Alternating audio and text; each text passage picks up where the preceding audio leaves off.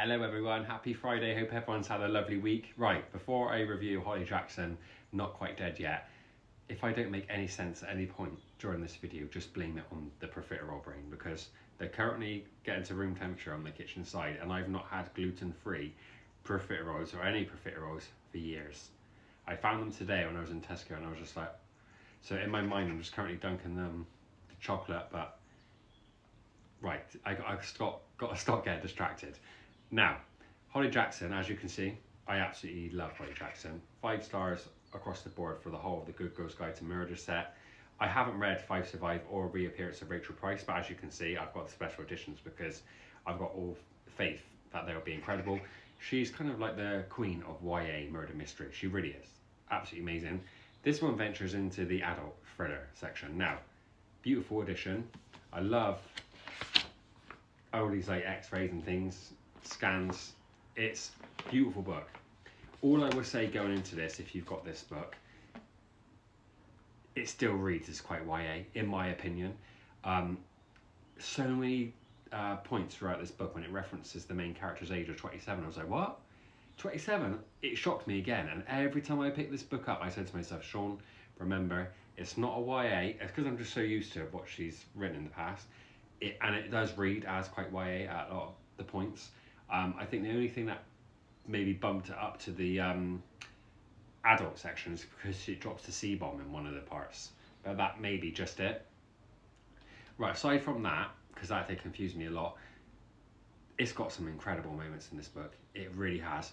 So, I'm going to just quickly refresh my brain and have a quick look at the blurb before I spoil anything. So if I say anything else on the blurb, it's okay.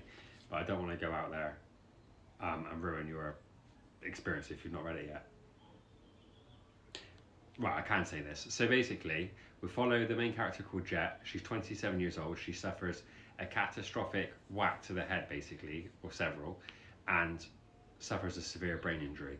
Now, she comes around and has been told she's got 1 week to live.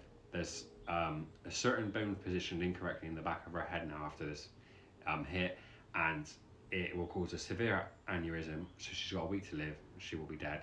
If they go in for surgery, it's 10% likelihood that she'll survive, and obviously 90% that she'll die on the operating table. So she has got 1 week to work out who murdered her, which I love this concept because she's not dead yet. The murder's not taken place yet, but it will be classed as murder if she dies at the end of this week. So I was like, wow, superb concept. Throughout this book, again, it is very like, it is a murder mystery and it is like Good Girls Guide vibes. But some of the things that she was investigating, and you'll get to a point like with pills, I was like, wow, okay, this really is good. But then like maybe the dialogue and conversations then brought it down again.